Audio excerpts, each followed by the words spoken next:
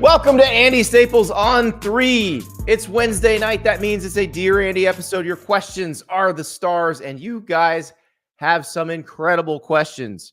We are going to get to those. But first, we've got to talk about a bunch of news. A lot of news hit on Wednesday afternoon. And a couple things that are kind of sad. We'll start with James Madison. We know that the Dukes had requested a waiver.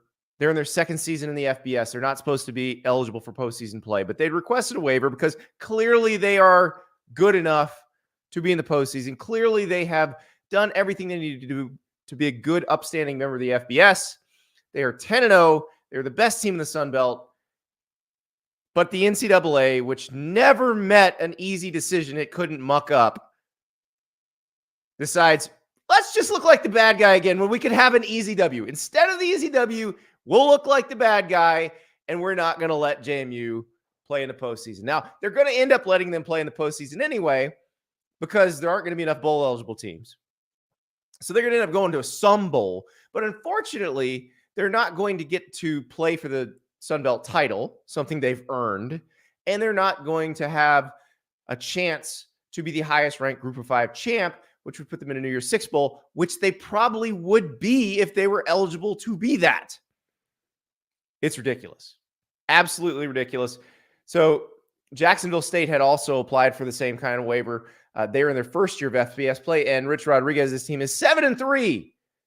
They were denied as well. There's they could still get in with not enough bowl eligible teams, but it's just ridiculous that the NCAA can't ever just do the easy thing that people might like them for. They never do. They never, ever do. Never pick the easy win. Statement from James Madison. We're obviously disappointed in the outcome of the NCAA's review of our request for bowl relief. We're saddened for our university community. In particular, we're devastated for our football program, the coaches and student athletes who have orchestrated an amazing season and earned the opportunity. As we turn the page, we have an incredible week lined up with College Game Day. Oh, yeah, that's right. College Game Day is emanating from James Madison this weekend. So a 3-hour infomercial for James Madison. And oh, by the way, a 3-hour infomercial against the NCAA. Again, you can't just take the W. You can't. I would love to meet the people who make these decisions. Actually, I have met a lot of the people who make these decisions. They are as bureaucratic and myopic as you think. So it's ridiculous. It's just absolutely ridiculous. But unfortunately, that's the way it is. So watch game day, curse the NCAA. Nothing like passing up a chance to look like a nice guy. They do it every time, every single time. Now, another piece of sad news that came down on Wednesday, Iowa cornerback Cooper DeJean, one of the best defensive players in the country, one of the most electric punt returners in the country, he's out for the season. He injured his lower leg, according to a statement from Kirk Ferentz. Scott Docterman, who works for The Athletic, covers Iowa. He reported that it was a broken fibula. So Cooper DeJean is out for Iowa's remaining games, which, by the way, could include the Big Ten Championship. They are playing Illinois this weekend. And, oh, by the way, Illinois threw for 500 yards last week against Indiana. So having your best corner would be nice. But Iowa will persevere. Lord knows they've lost a lot of other players to injury too. They, starting quarterback, best tight end, you name it. It just keeps piling up for the Hawkeyes. Very sad. Cooper DeJean probably going to be a very high pick in the NFL draft. This is a guy that does everything well, and he's going to test really well once he gets healthy. And hopefully this will not keep him from being drafted as high as he should be, because as he's trying to recover, maybe he can't do as much. But I'm hoping that they just watch the tape because he's really good. A better piece of news. So I remember sitting at Big Ten Media Days when David Braun had to get up and speak for Northwestern. So David Braun, the interim coach at Northwestern, thrown into this situation. He's a defensive coordinator. He was not at Northwestern for all of the stuff that got Pat Fitzgerald fired. Braun had been hired this offseason to come in and run the defense. He'd been at North Dakota State, obviously one of the great programs in the FCS. And he just gets thrown into this situation after Pat Fitzgerald gets fired. Obviously, everybody's up in arms. The players, the other coaches, the administration, everything's going crazy. Oh, by the way, David Braun's wife was expecting a baby at any point. This is, in late July. And you're thinking, this guy, he's earning every penny that they're paying him right now. You couldn't pay me enough to deal with this stuff. He's got no shot. And then you watch that first game against Rutgers and you're like, they're so far in over their heads. This is going to be terrible. Well, guess what?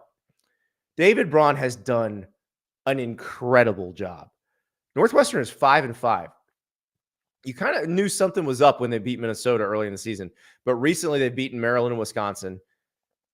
All they have to do is beat one of Purdue or Illinois to be bowl eligible. This is an incredible coaching job. Just amazing to take that situation and a roster that was not very good last year, and you are one win away from bowl eligibility. So David Braun on Wednesday rewarded by being named the permanent head coach at Northwestern. And I realized I wrote a column saying, oh, Northwestern's going to use all that Big Ten money and buy a sitting Power 5 coach. Well, they don't need to. They may have found an absolute gem in David Braun, because I don't know how many coaches could have led that group under those circumstances to the season they've had. It's really impressive what David Braun has done. The players clearly love him, and I'm excited to see what he does going forward, because it probably won't get tougher than the situation he got himself thrown into this year. So perhaps this is a chance for Northwestern to reboot, reset. We'll see what he does with the staff, but very cool that this guy who, we all wrote him off, because who imagines that they're actually pretty good? But what a great story for David Braun, and he is now the permanent head coach at Northwestern. So good luck to the Wildcats going forward. Good luck trying to get bowl eligible, because there's a chance they're going to do it. You got to win one against either Purdue at home or on the road against Illinois. So I think it's possible. They can definitely get it done. So congratulations to new Northwestern Wildcats coach David Braun. Coming up next, there's a really interesting situation in the Big 12. As you know, they're playing with a 14-team Big 12 this year, before Texas and Oklahoma leave, before Colorado, Arizona State, and Utah show up. And they are divisionless, as they have been for a while. But obviously, it's not the true round robin that it was when they were a 10-team league. That has made the tiebreaker situation somewhat difficult to comprehend, especially because perhaps the tiebreakers weren't completely thought through when they wrote them down. So this bubbles up over the weekend as people who cover Kansas State, people who cover Oklahoma State, people who cover Oklahoma are trying to figure out, okay, what's going to happen with the team I cover if they win these next two, if they lose one of these? Are they going to get to play in the Big 12 championship game? And Oklahoma and Oklahoma State and Kansas State are in this situation where, if you looked at the rules as they were written up until Wednesday, Kansas State would go to the title game if they went out, if all three of those went out. But it didn't make a lot of sense.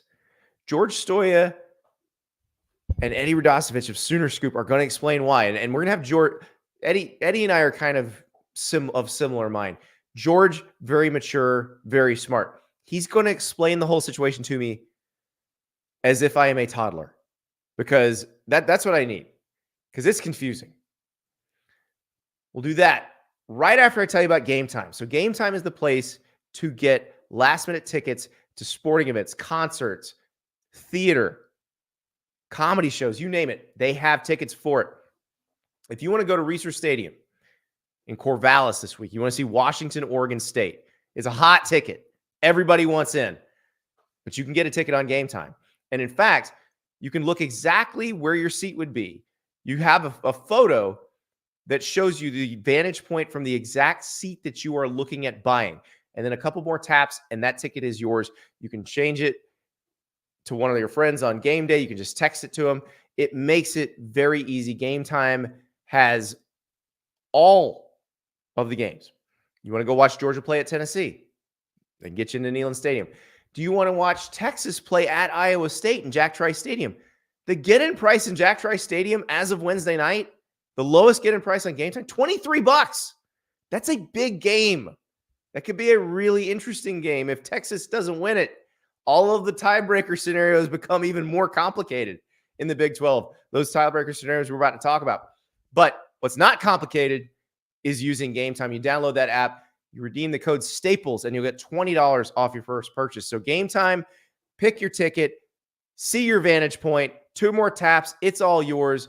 Use the code STAPLES, and you get $20 off your first purchase. All right, now it is time for George Stoia of Sooner Scoop to do a little story time for myself and for Eddie Radosevich to explain just what the heck the Big 12 was doing on Wednesday.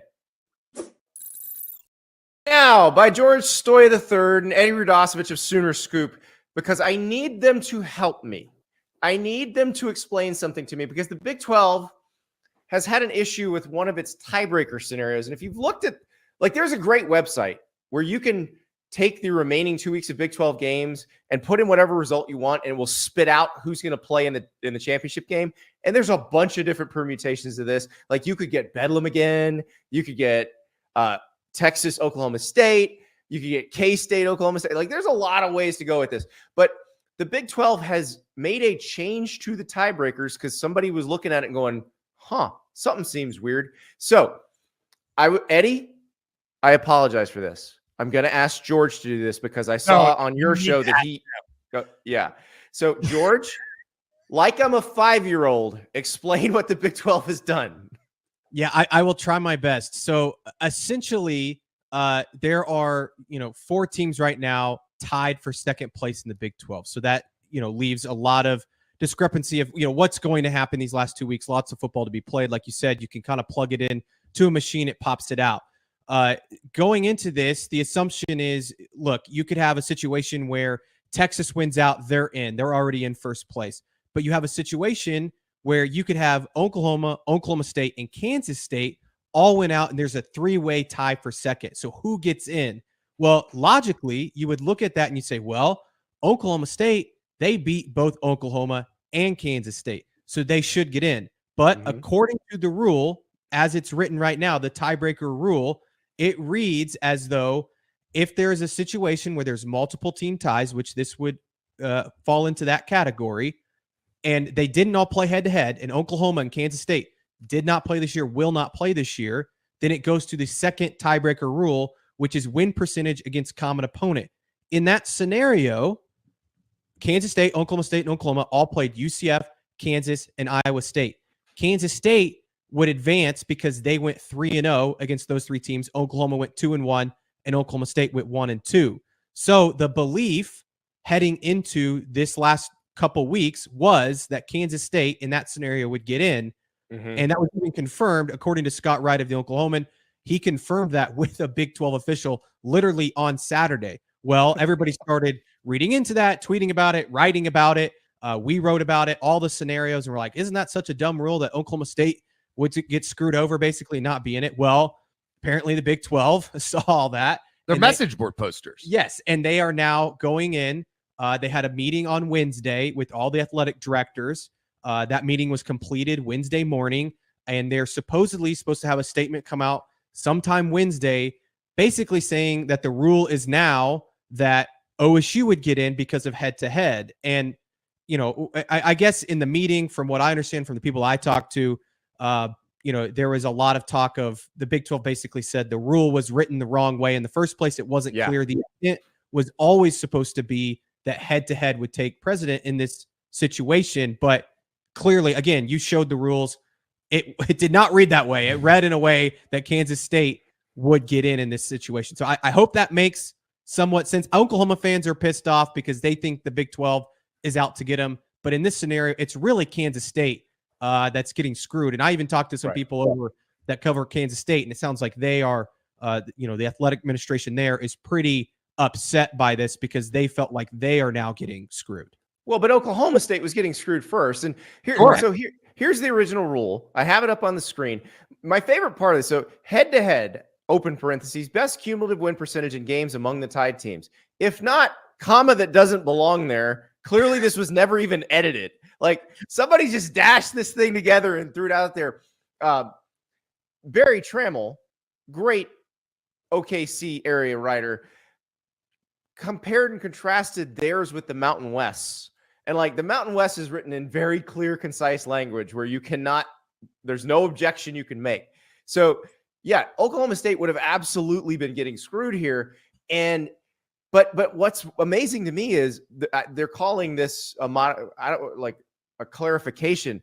They are literally changing the rule with 2 games left in the season. It's beautiful. And I think that is like the main basis of every Oklahoma fan's idea that the Big 12 has been out to get Oklahoma. They've been out to get Texas. I think that just from a personal standpoint, it'd be real fun if Oklahoma and Texas had like 12 or 13 penalties on Saturday in Provo and Ames. I think that would only add the fuel to the fire. But yeah, like if you're Kansas State, and at the same time, I do understand Oklahoma State should win that tiebreaker. I think every person, as big of an OU fan as they could be, it's like they got beat in Stillwater. Same thing with Kansas State. Oklahoma State should win that tiebreaker. It just goes back to the basis of the Big 12 kind of, I don't know, flying by the seat of their pants, it seems like. That's exactly what it is. I mean, what they really should do is have Nelly announce. Nelly should draw it from a hat, and then he's going to play halftime. Band-Aid, and the 2 names are written inside of the Band-Aid on his eye. Exactly. Or when I was in high school, if they had like a 3-way tie at the top of the district or a 4-way tie, and the top 2 teams in the district go to the playoffs, they would have this crazy tiebreaker format where it's basically like a Kansas tiebreaker where the teams would each get the ball from the 10, and whoever scored got to play against the other team that scored, and like it could be over in like 8 minutes, and then you decide who's in the playoff. Like, you need something like that made for TV. I was hoping to get on the tiebreaker rules. The very bottom one is a coin toss. Yes. And I was like, please let us get to a Friday Night Lights. A Friday Night Lights, Whataburger in the middle of nowhere. That would be amazing. Awesome. That would have been great. There is a opportunity if every home team won over the next 2 weeks.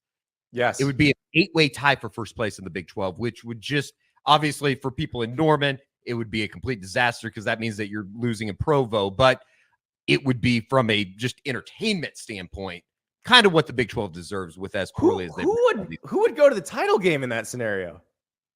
It's a great question. Do you have it? I think Eddie's got it pulled up. I have it pulled up. So that we flip the coin.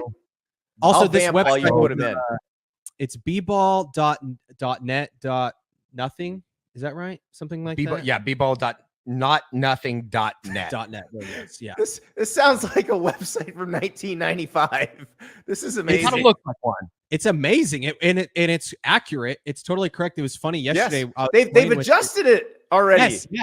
Yeah, it went down. It was not on the site anymore. Like you couldn't get to it for like a couple hours. Then he fixed it, and I was like, "Wow, this guy's fantastic." It's the beauty of college football that people have been sitting around and spending their time at the office or wherever, just trying to put all of the types of formulas in to see who's going to play for the Big 12 championship. What are the odds that the person who created this website created it while getting paid for work? At least 75%, right? A lot, yes. Definitely. And he's probably also posting on a message board somewhere talking about who should be fired from whatever school he covers or follow. Well, he was tweeting it out too. I guess he it's a big for basketball and how you're going to get into the conference tournament and what your seeding is in that, and then the NCAA tournament.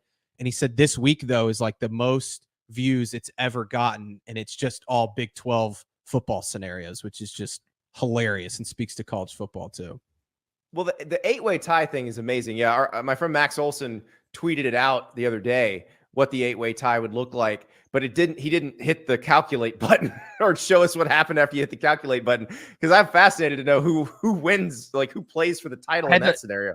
had to look up and see where a couple of these games were. I was not familiar with West Virginia, where that is next week, but all right. I cannot wait for this. But you know what this does though, guys? So we're moving to a divisionless world next year.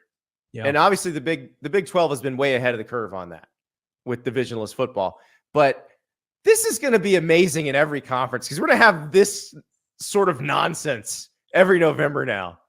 We talked about that on our podcast today, is like, should they go to divisions because you avoid these sorts of situations? Or no! SEC, talked about, what is it, pods or whatever. So it's like, what is the easiest solution? Or like we talked about, do you just take the highest ranked teams? Because I told Eddie, I said, if you look at it, if all these teams went out and you just want the two best teams in the Big 12 to play each other, I think an objective person looks at it and goes, well, it's probably Oklahoma and Texas that are the two best teams, if that's the way you want to do it. And that's how the college football playoff rankings are. So do you put those in your tiebreaker situations, or do you do it the head-to-head style? Which, I mean, I kind of lean towards, look, head-to-head is what should matter most. Yeah. But, I could see a situation where you have the rankings come into play or something, but I don't know. But head-to-head doesn't help when everybody doesn't play everybody. In this particular case, you do have a situation where Oklahoma State did beat both Kansas State and Oklahoma. So at least they've got that. But, we're going to have a 16-team SEC, an 18-team Big Ten. The ACC is going to be, I can't even do the math, 17.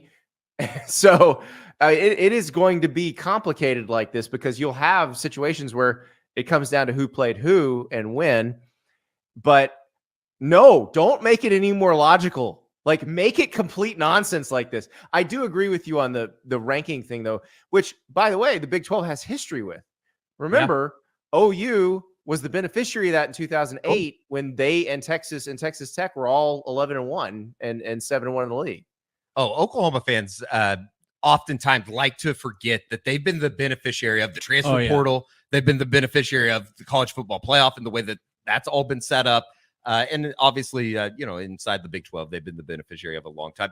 Texas and OSU would win if every home team won over the next 2 weeks. I think that's the most scenarios give you a Texas-Oklahoma State championship game.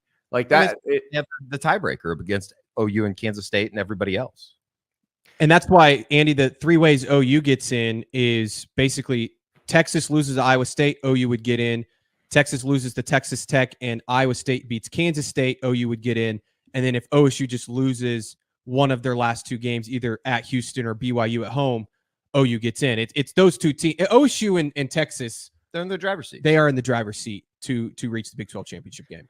Which would seem, okay. And you say, oh, that sounds pretty safe. If one of those hadn't just lost 45-3 at UCF. Exactly. Yeah. It was they got curb stomped, and you would think that they're going to go down to Houston, take care of business. The thing in Ames is really interesting this week, just because of the history that Texas has had in Jack Trice, and I think they've lost 4 of 5, and now the comments from the offensive linemen kind of makes it even more interesting, and especially from the Oklahoma perspective with the 10 a.m. game in Provo. If you're into hate watching, if you're an Oklahoma fan, and I'm sure that there's a lot of Oklahoma fans that wake up, they cheer for OU, and then they cheer against OSU and Texas every weekend. These next 2 weeks are kind of made for you. And I think, George, we talked about it today. It would seem that unless something just drastically crazy happened, you're probably going to know by Saturday night. Like, I wouldn't think that Tech could go to Austin and win next weekend. Certainly don't think that BYU is going to go to Stillwater and win. Stranger things have happened, but Saturday's a big day for the Oklahoma football fan. Yeah, it does feel like if Texas and Oklahoma State take care of business this week, it's not. I don't have a lot of faith in Texas Tech against Texas. That if Texas is going to lose, it's going to beat Iowa State.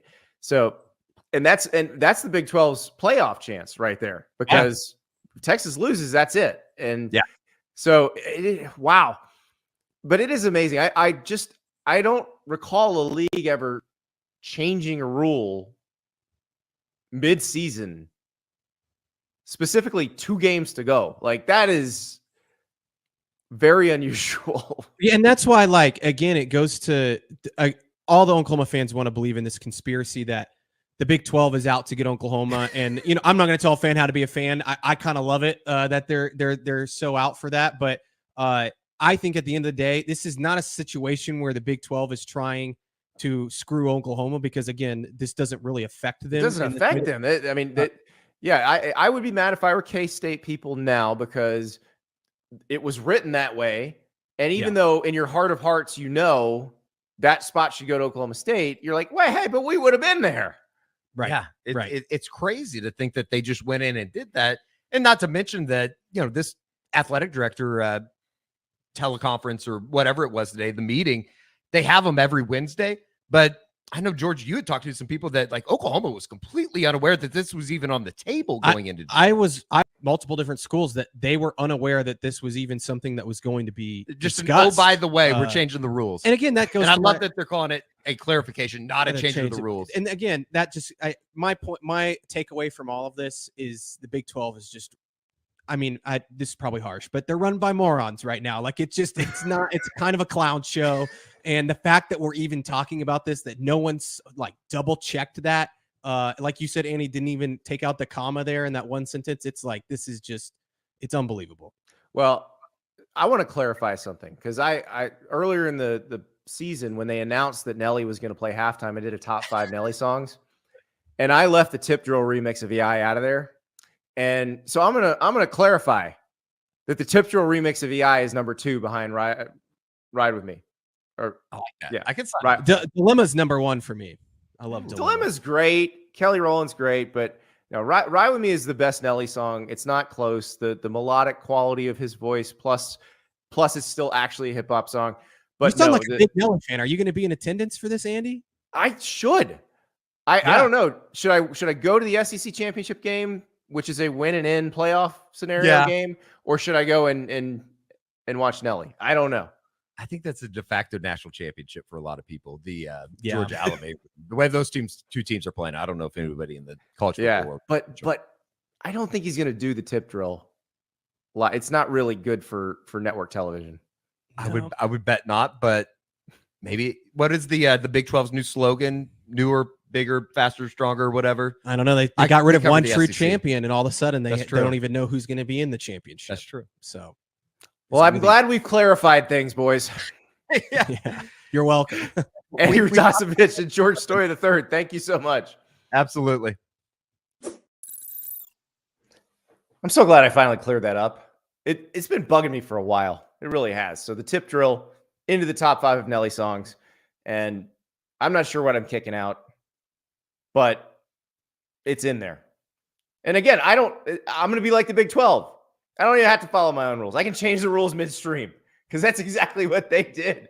They changed the rules in November with 2 games to go. That's wild.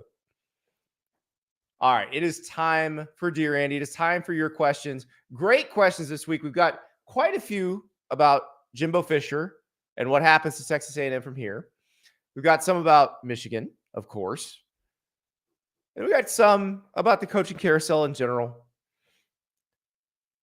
This has been a very busy week. And so it is inspired a lot of questions from you.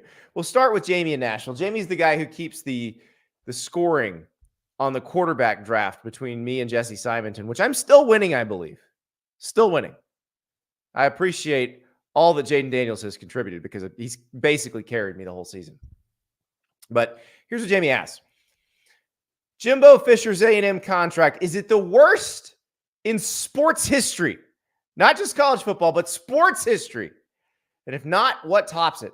So I went down a bad contract rabbit hole. And I know what you're going to say. I guarantee you most of you are yelling Bobby Bonilla at your screens or at your phone or at your car stereo right now.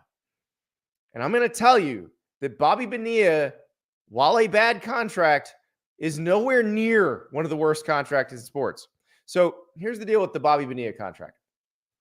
I believe it was Bobby Bonilla's ex-wife who negotiated this with the Mets because she felt like he wasn't great with money. So she wanted to make sure he was getting some money year after year for a long time rather than getting a bunch up front. So essentially the Mets owed Bobby Bonilla $5.9 million in 1999. They made a deal where they would pay $1.2 million every July 1st from 2011 to 2035. So essentially, they turned a $5 million debt into a $29.8 million debt. And I know what you're thinking. Well, that's a terrible idea. That's a terrible deal. But that's not exactly what happened. Remember, that meant the Mets got to keep that money. Now, we're going to pretend they didn't invest some of it with Bernie Madoff and just say, let's say they invested it in an average fund using Standard & Poor's, Standard & Poor's 500 stocks. If you did that, if you invested $5.9 million in 1999, today it would be worth $33.3 million. So now they would have had to start pulling off $1 million chunks of that in 2011. So it wouldn't be quite that much, but it'd be roughly about the same amount as they promised. So I don't know that the Mets made that bad of a deal. So that we'll toss that one aside. So Jimbo Fisher is getting paid $76 million to not work. 25% of that due within 60 days. That's bad. That's a lot. It's one of the worst. But Josh McDaniels, who just got fired from the Raiders, I was talking to an agent who represents coaches shortly before Josh McDaniels got, maybe a week and a half before Josh McDaniels got fired. And this person was explaining why he wasn't going to get fired, because the Raiders would owe him $51 million.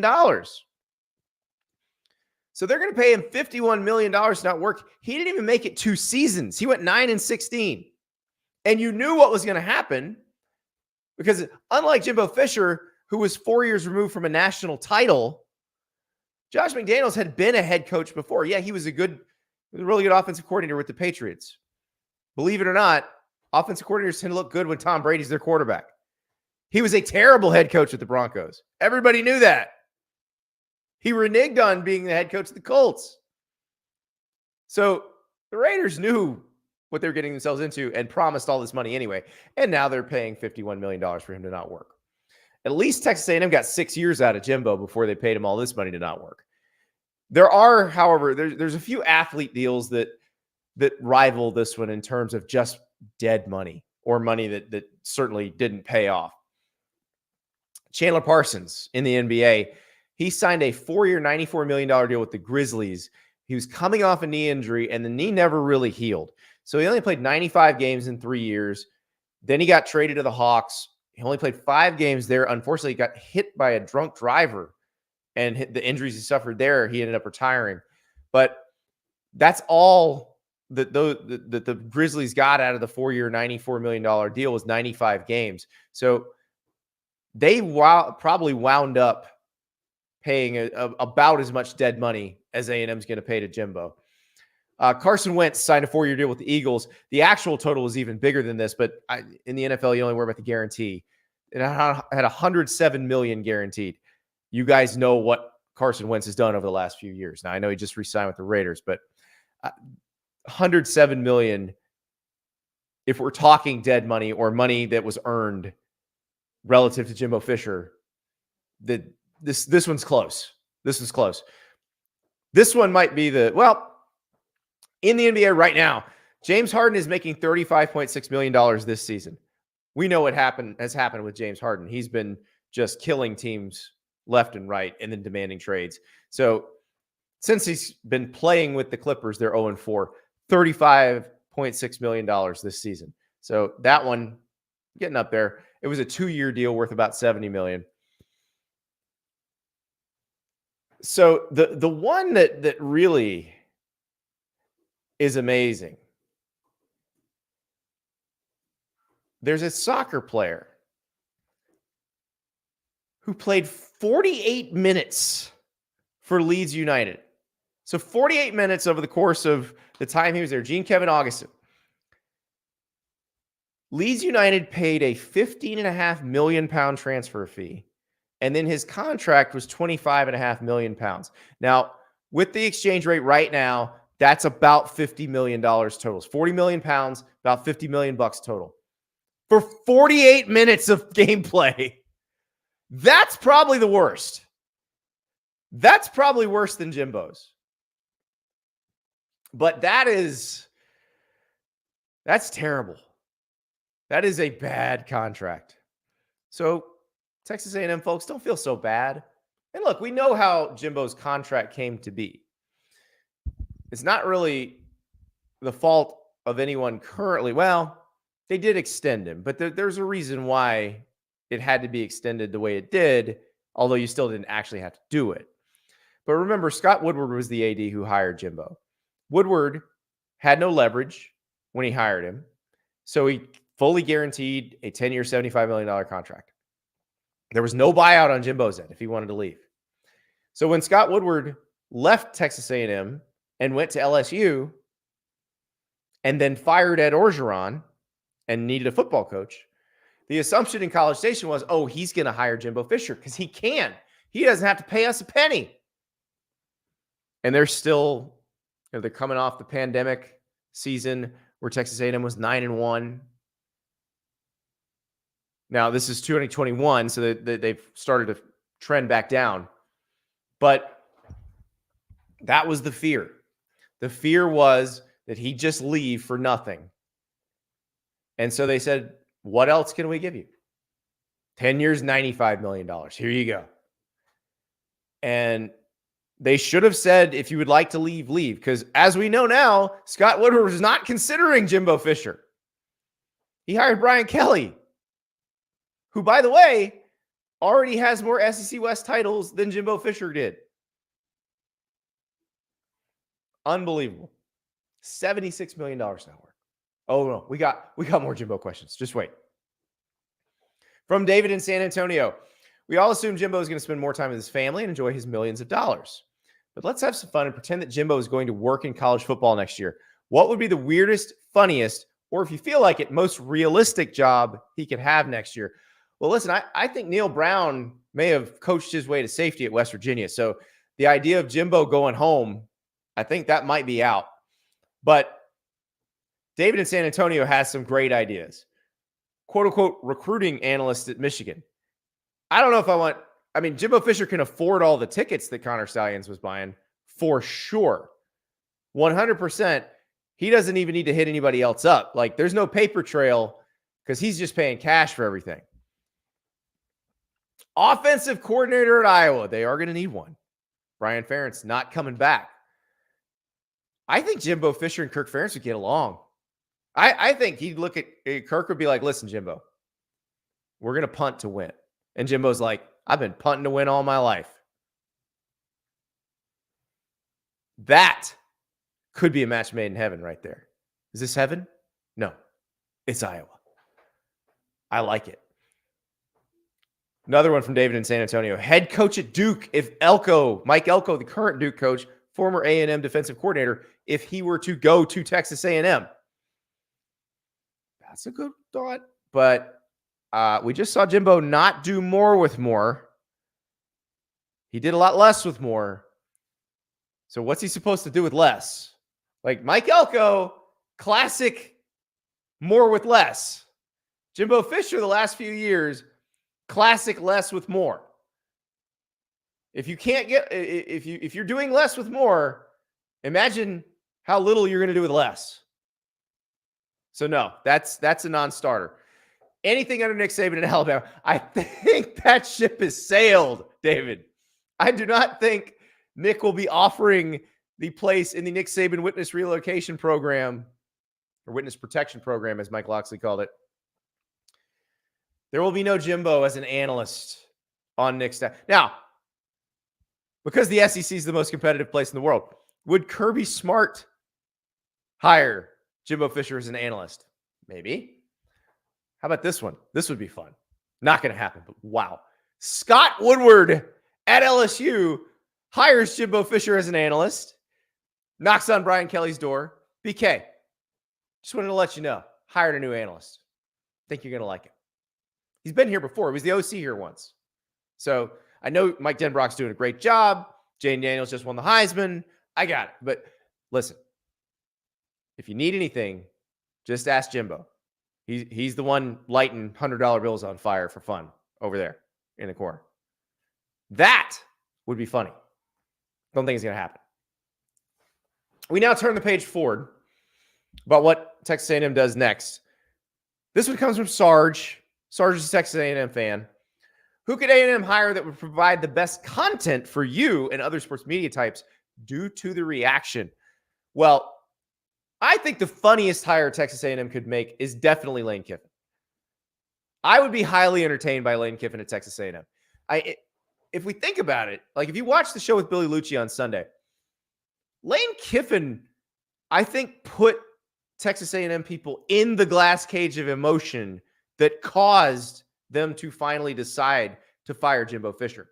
Because remember, Lane Kiffin the week of that game was like, well, their goal is to be bowl eligible. We aim a little higher here. And like he says that after he has spent the previous 10 minutes talking about how to have the greatest talent since the 85 Bears. It was a complete psychological operation by Lane Kiffin to get inside their heads, crawl around, and do all manner of damage. And boy, did he ever. Boy, did he ever. Because once they lost that game, it's like, oh, they do. I don't know if they do more with less at Ole Miss. I think they do a lot with a lot at Ole Miss. But Jimbo didn't do a lot with a lot. Jimbo did a little with a lot. So Lane Kiffin going to Texas A&M would be funny because Lane Kiffin, all of the stuff he said about NIL at Ole Miss has been interpreted as a complaint. But it's not. He's just saying, here's what's going on. These programs have more money. They can get better players. So if he was at a program with as close to unlimited money as programs get, what kind of players would he get? Probably pretty good ones. Now, if he didn't win national titles with them, you can't make any excuses. Like at Ole Miss, you go 10-2 and you lose to Alabama and Georgia. That's fine. He can stand up after the Georgia game and be like, listen, they got all these 5 stars. How many 5 stars we got? Like 1? That's fine. You can do that at Ole Miss. You know where you can't do that? Texas A&M. Because you can get the 5 stars. And then when you get the 5 stars, as Jimbo Fisher learned the hard way, you got to beat Alabama. You don't get to lose to Alabama. He did beat Alabama once. Still fired. Still fired. So I think Lane would be the most fun. Like, if we could go into different eras, vintage Steve Spurrier in Texas A&M at Texas A&M would be hilarious. Him just firing off jokes, because A&M has been a fairly serious operation, with the exception of the early Kevin Sumlin years. Texas A&M has been a very serious operation for a very long time. It may need to loosen up a little bit. I actually think Dabo Swinney would be funny at Texas A&M too. I know he's not going there, but Dabo Swinney would laugh at every Yell Leader joke. Like he'd wear the overalls. He would definitely wear the overalls, and he'd be like, "You know that smooth-brained." He'd have it all down. He'd have the cadence down and everything. Lily livered. It'd be perfect. I'd pay to see Dabo in the overalls at Yell practice. It would be glorious. But he's not going there. He's not going there. We talked about candidates the other day. Obviously, Dan Lanning is not in it anymore. He's the guy, if they had their wish list and they said, what does your perfect coach look like? It has Dan Lanning. The guy has Dan Lanning's resume. But that's not happening for them. But Mike Elko, I think, would be a good choice. I still think Lance Leipold would be a good choice. I think Lance Leipold would be a good choice for anybody because he can win anywhere. I think Jed Fish would be an interesting choice at Arizona. Now, if UCLA fires Chip Kelly, I think Jed Fish would be a candidate there. I don't think anything's happening to Billy Napier at Florida, but I would imagine Jed Fish, proud Florida alum, probably would like that job at some point down the road. So that's one to look at because Jed Fish and his staff evaluated their 2022 class, like this is a good mathematical. Like I want to talk to Bill Connolly or Parker Fleming or one of my favorite analytics college football nerds to see if we can quantify this.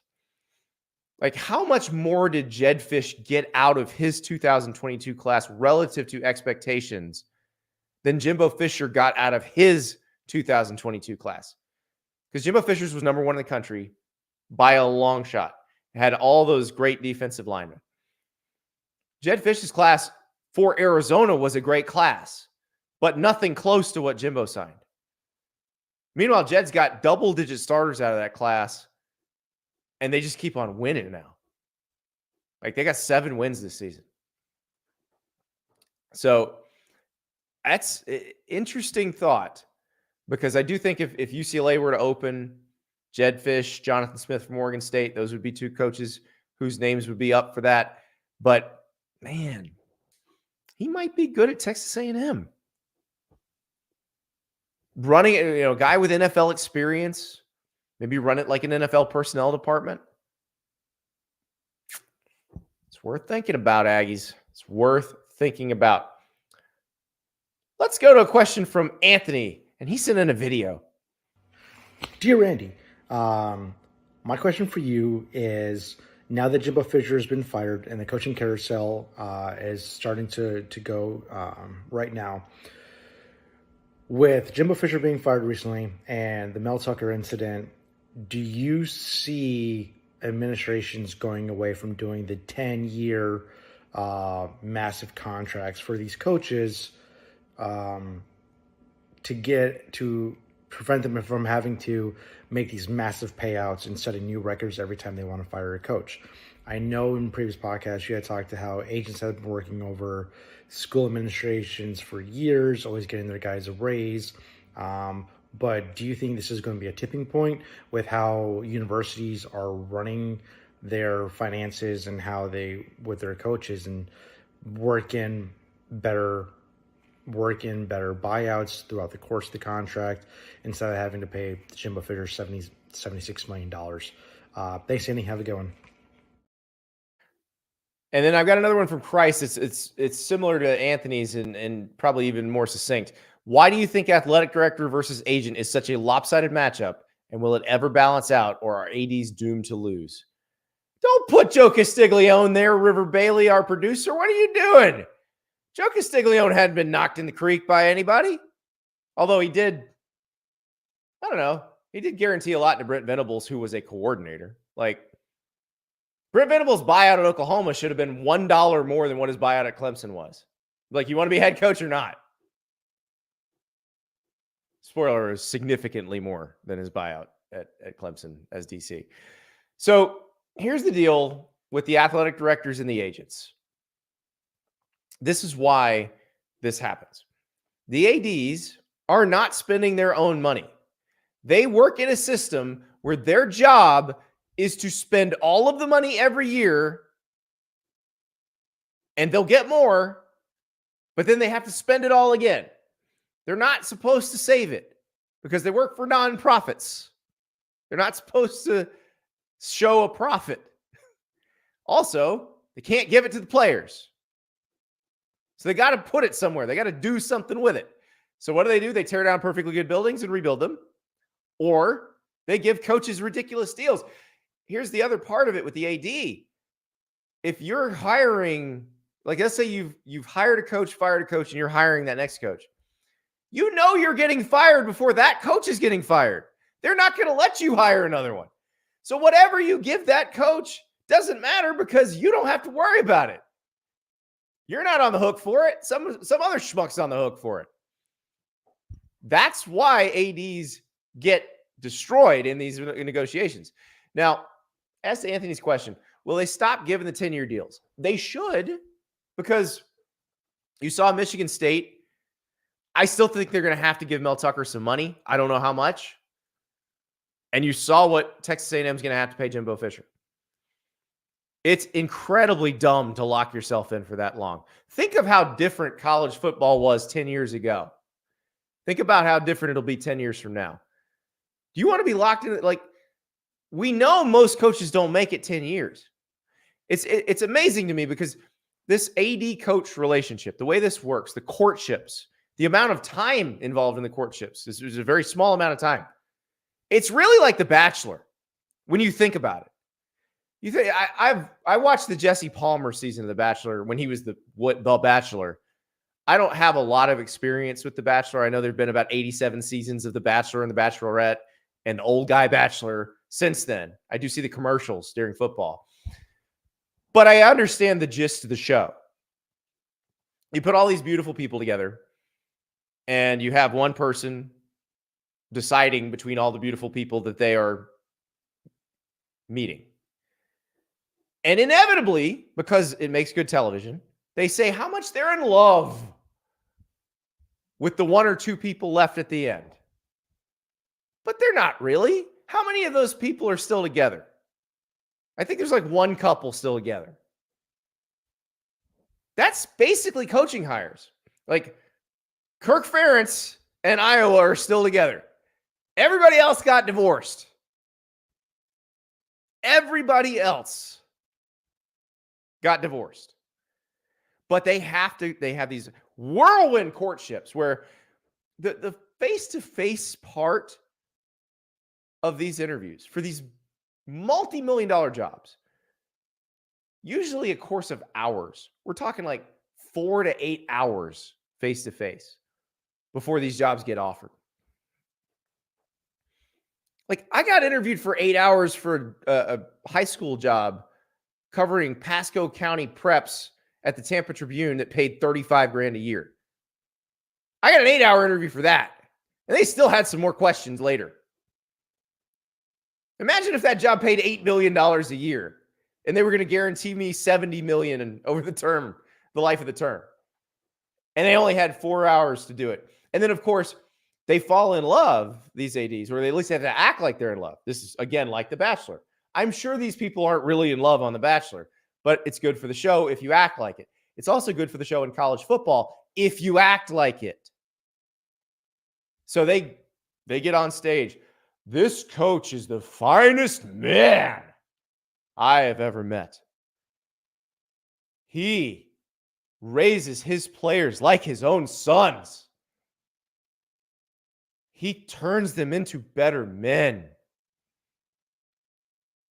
That's the kind of crap you get. You're hiring him to win. That's all that matters. You will fire him if he loses. You will keep him if he wins. And that's it. But they keep doing this again and again and again. And they have no idea what the concept of replacement value is. Because ADs never know when they have a replacement level coach. Replacement level coach is somebody who's going, at what could possibly be a 10 or 11 win program. It's somebody winning 7 and 8 games a year. That's a replacement level coach. And as long as they're not terrible, the agent will go, well, my guy's got to have at least 5 years on his deal or he can't recruit. And everybody's like, oh, well, that's just a phantom extension when they add that extra year. That doesn't mean, no, it means something because when you fire him, that's real money tacked on. And so they keep doing this over and over again because they got to spend all the money, can't show a profit. And yeah, I do think it will eventually turn. It'll turn when the players are employees, which is happening. It'll happen soon. Even between now and then, if a school could figure out how to take all of its donor money, like the TV money coming in, they keep that. They use that to run the department. They use that to pay the coaches. Then you use the donor money to pay the players. And how you do that is you tell the donor, don't give it directly to the school because we're not allowed to directly pay the players. Give it to the collective. All of it. All that we used to ask for to get your name on a building or whatever, give it to the collective. The school that figures that out is not going to have to pay the coach all that much because they're just going to have better players. But we'll see. I don't have a lot of faith in a whole robust change. I think there will be some really dumb contracts done this year. I'm very confident there will be some dumb contracts that produce enormous buyouts a few years from now because it's The Bachelor and they're going to get divorced. Let's go to Justin from South Carolina. Why until the last few days has there been little to no connection between the Michigan sign stealing scandal and the impact it's had on the gambling public? One thing that Vegas has always looked for is the integrity, or looked after is the integrity of their lines. There's been a huge impact on the results in the Michigan games for 2 to 3 years that has massive dollar amount implications. Now, I'm not claiming or arguing that Connor Stallings did this for making illegal wagers, but why has Michigan still been showing up on the boards? I don't understand why they have not been taken off the board at all the sports books. Well, the reason they haven't been taken off the board is the casinos feel comfortable allowing those bets.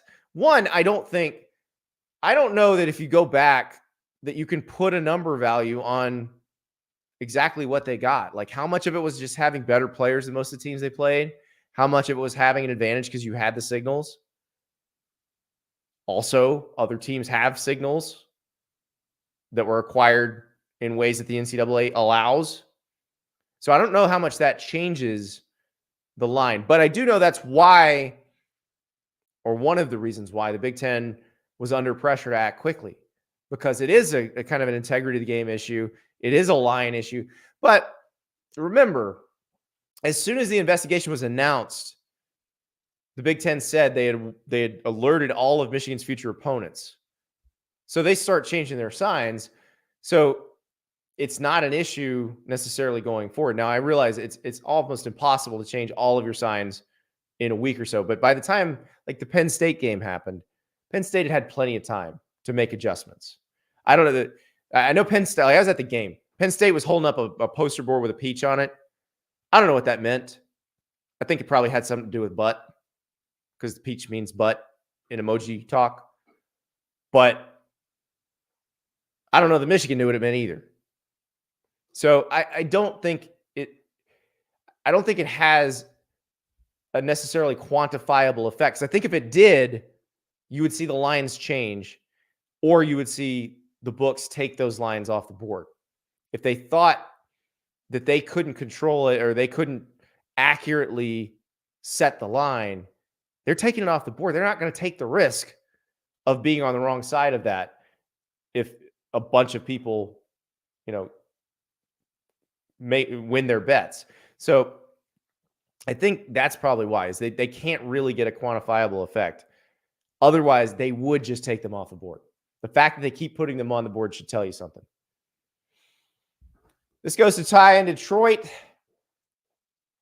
And Ty does ask about Michigan almost every week, but this is an on-field question.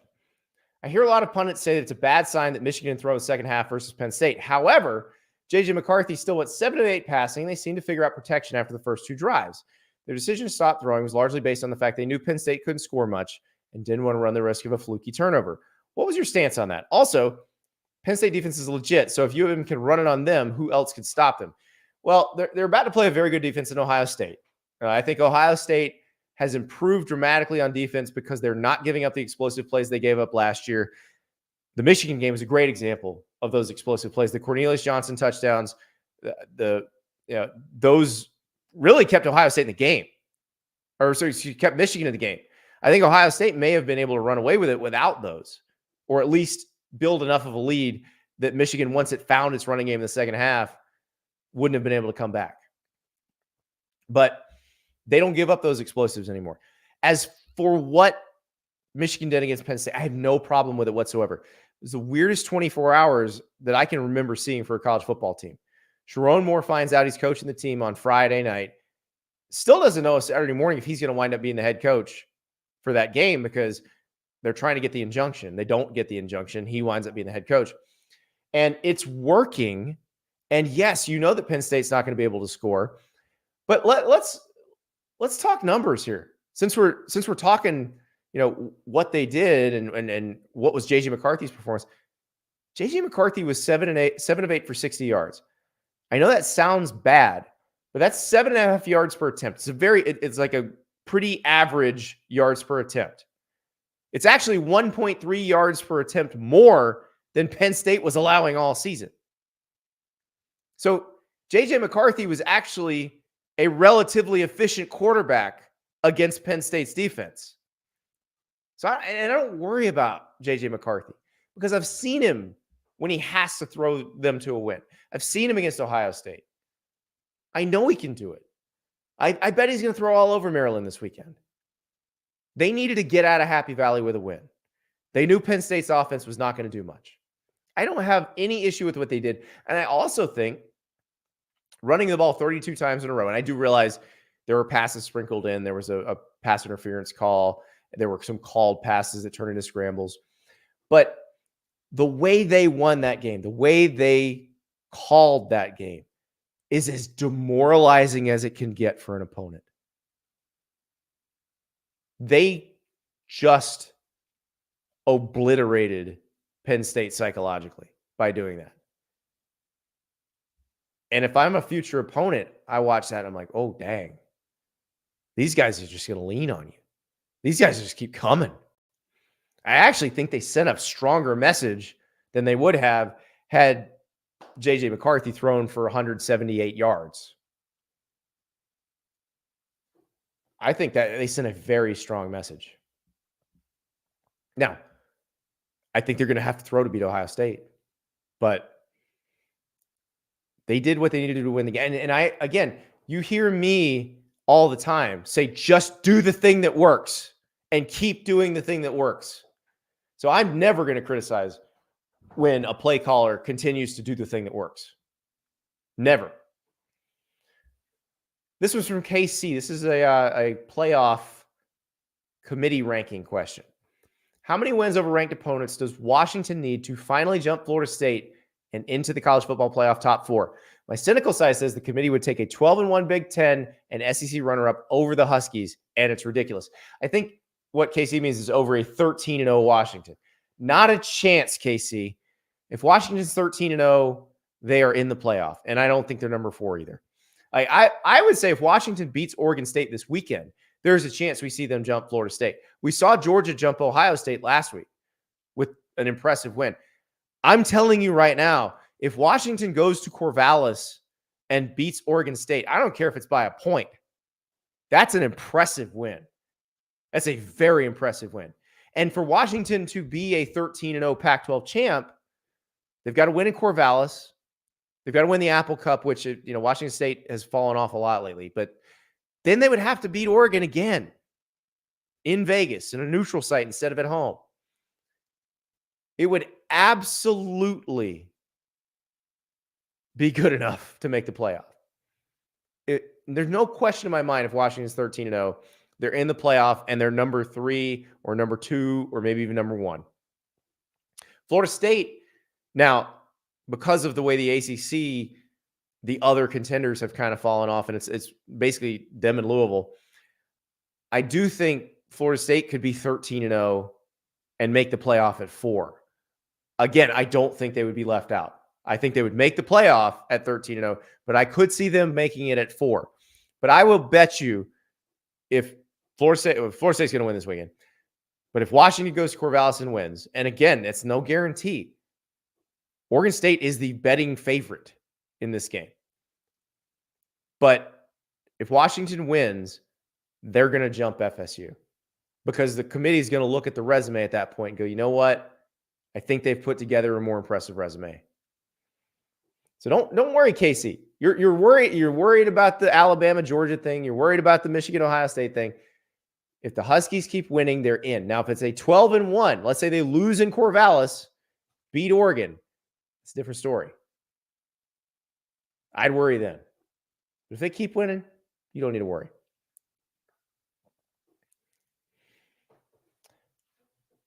Next question comes from Eric. With the firing of Mike Yurcich as the OC at Penn State, I was curious if you think this has any impact on Drew Aller remaining at Penn State long term. It wasn't a secret 2 years ago that when he committed to Penn State, one of, if not the main reason he picked State College was because of his relationship with Yurcich. Could it be dependent on who James Franklin brings in next? Personally, I haven't been overly impressed by him so far, but also think it's unfair to fully judge him yet with this being his first full year as the starter. Also, I think that a reunion with Joe Moorhead could be a great hire, especially seeing as his body work at Akron so far has not been great. Is this just a Penn State fan trying to bring the band back together, or do you think this makes some sense? I absolutely think it makes sense, Eric. So Joe Moorhead, for those who don't remember, was an excellent offensive coordinator at Penn State in the Tracy McSorley era. He had been the head coach at Fordham. He was running a very innovative offense there. He gets hired by James Franklin and runs a great offense at Penn State. They end up winning the Big Ten in 2016. Moorhead is hired at Mississippi State after Dan Mullen leaves for Florida. He's only there 2 years. I think he got a raw deal at Mississippi State. I know there were issues there at the end, players not showing up to bowl practice, that sort of thing. But he didn't do badly as the head coach at Mississippi State. So he goes to Oregon. Good job as OC there. Goes to Akron as the head coach. He wanted to get back into that part of the country, and he wanted to be a head coach again. It is not going well for him in the Zips. It's a short drive to State College. I do think that would be a good hire for James Franklin. And as far as Drew Aller and how bad he would want to play for Mike Yurcich, well, you watched how well Drew Aller played for Mike Yurcich. You watched what he did with the plays Mike Yurcich called. If I'm Drew Aller, that's not who I want to tie my wagon to. I'm saying, Coach Franklin, find somebody who calls better plays for me. And so who's that going to be?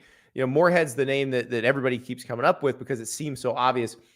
Here's another one. Sean Lewis, former Kent State head coach, currently at Colorado, got demoted. Now, I don't know if James Franklin is that schematically extreme because Sean Lewis runs the old Baylor offense where the wide receivers are split out very, very wide. It's very high tempo. Now, there's a heavy inside run element to it, but it also is not as diverse as what Penn State has run in the past. There's also the matter of if Dino Babers gets fired at Syracuse, Sean Lewis might be up for that job as a head coach. So it will be very interesting to see what Penn State does with this job because I have racked my brain trying to figure out who the potential candidates for it would be. Obviously, Moorhead makes the most sense, but you know, I don't think like Ricky Ronnie's not leaving Old Dominion, so you're not having that get the band back together situation. But the Moorhead thing feels like it makes too much sense. And I feel like he could do a good job with Drew Aller. So we'll see what happens. Of course, we're not finishing a Dear Andy segment without a question from our buddy Nathan. Take it away, Nathan.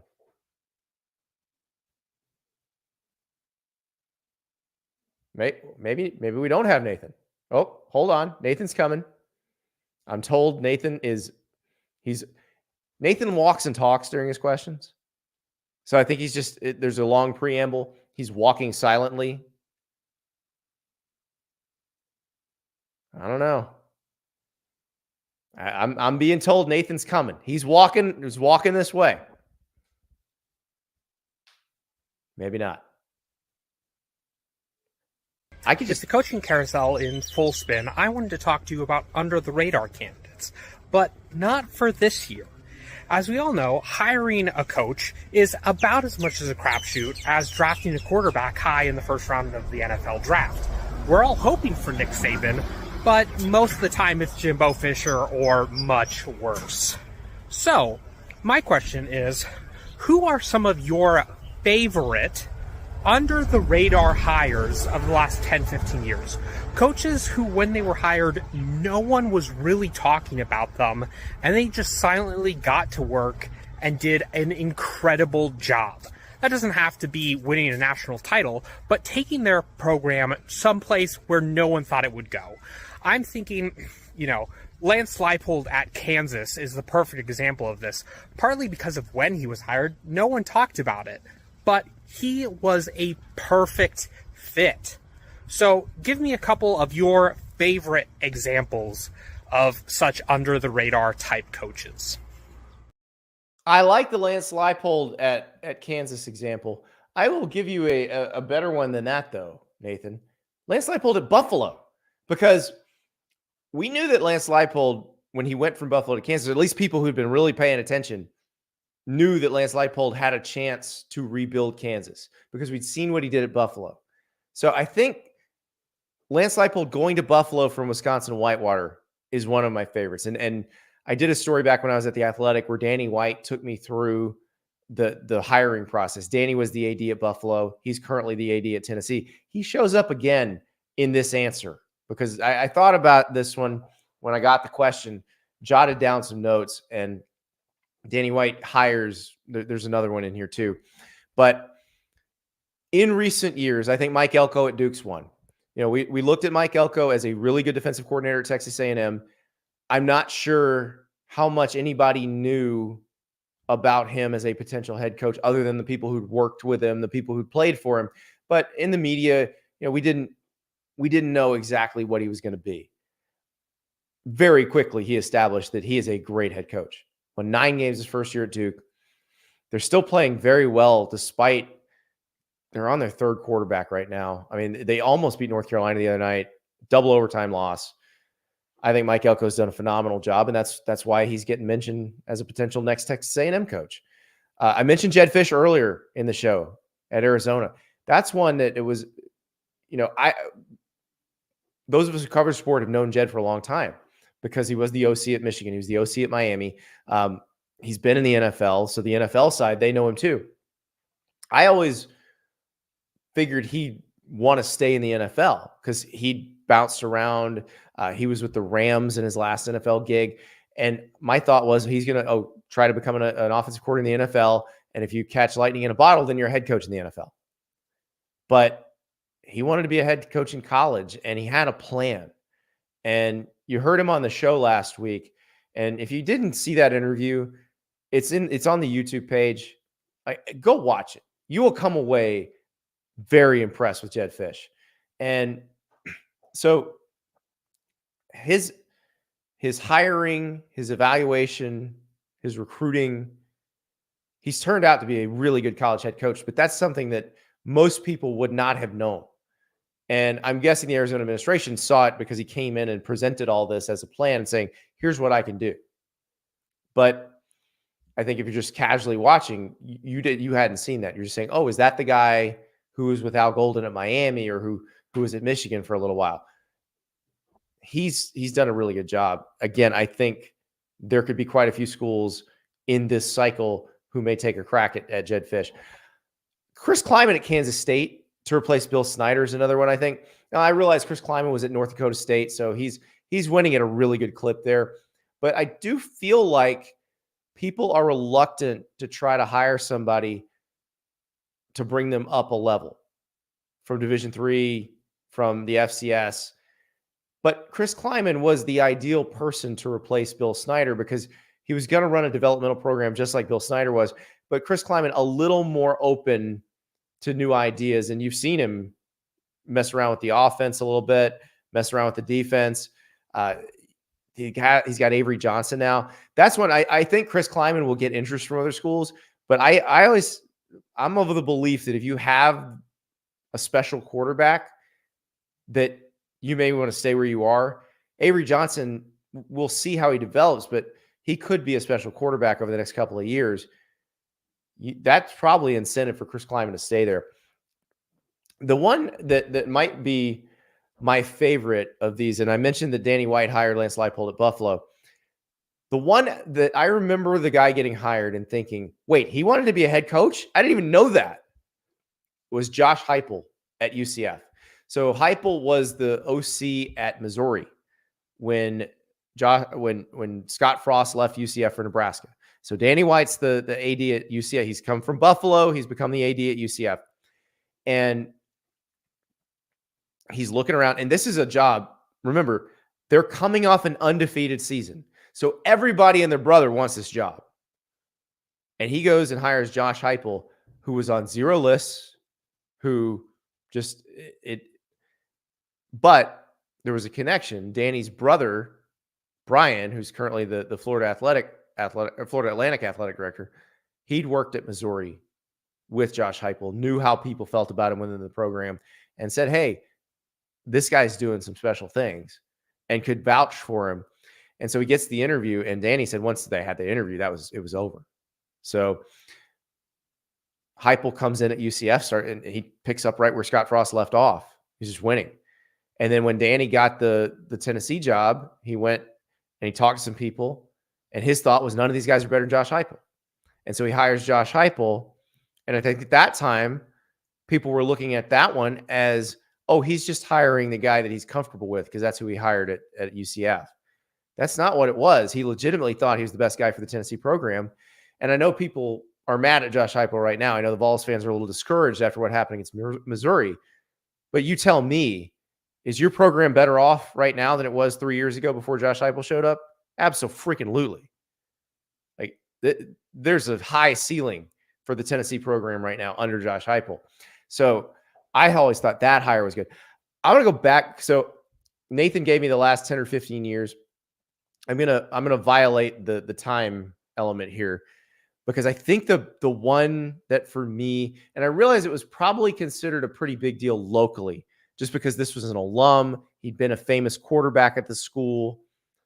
But I don't think nationally people realized how successful this guy was going to be for how long. Mike Gundy, promoted to replace Les Miles before the 2005 season at Oklahoma State. Remember, Les Miles gets the LSU job. Gundy gets promoted. And Oklahoma State had been better under Miles. Like, they had been about as good as they'd been really since Gundy was the QB. And you didn't know if they were going to be able to keep that going. But Gundy took the program to heights it has never attained before and has kept them consistently good. Stand up 42003, James Franklin at Vandy. That's a good one too. So James Franklin was the coach in waiting behind Ralph Friedgen at Maryland. Maryland decides they don't want to do that deal. They're going to go hire somebody else. Pretty sure that was Randy Edsall that they hired at that point. And then James Franklin gets the Vanderbilt job. I think he went 6-7 or 7-6 his first year, and then 9-4, 9-4 before going to Penn State. That's a good example. But I still think Gundy, of all of those, is the best one. And I realize that's a little bit longer, a little bit further back than Nathan said. But he just, again, he's the modern day Bill Snyder. And I realize Bill Snyder was coaching until not very long ago. But he's that next generation's Bill Snyder, where he did, we talking about less with more, more with less, all that. He's always done more with less. And who knows? If they can bounce back from that UCF loss, they might win a very confusing tiebreaker where the rules just got changed. I'm still a little fuzzy on that. Probably going to go back and watch that clip with George Stoia and Eddie Radosevich where they explain it to me. Big 12 is very confusing. But I think Oklahoma State is in a better place. What I gathered, Oklahoma State is in a better place Wednesday than they were on Tuesday. So good luck to the Cowboys. Guys, great questions. Unbelievable. We got one more show before the games, and it's going to be a fun one. Chris Ballas from the Wolverine will join us to give us an update on the Jim Harbaugh situation. Remember, they have that hearing on Friday morning for the injunction. Judge Judy is not presiding. I don't know if that means if that's good or bad for Harbaugh. I'm not, as much as he loves Judge Judy, I don't know how much Judge Judy would love him in this case. I would love to see that, though. Like, if we could sub out Timothy Connors for Judge Judy, I think that would be great television. So we're going to talk to Chris Ballas about that. My old tag team partner, Ari Wasserman of The Athletic and the Until Saturday podcast, also joins. He has very hot, blazing takes about the Michigan situation and the Texas A&M job. I will set him straight. All of that and more on the show on Thursday.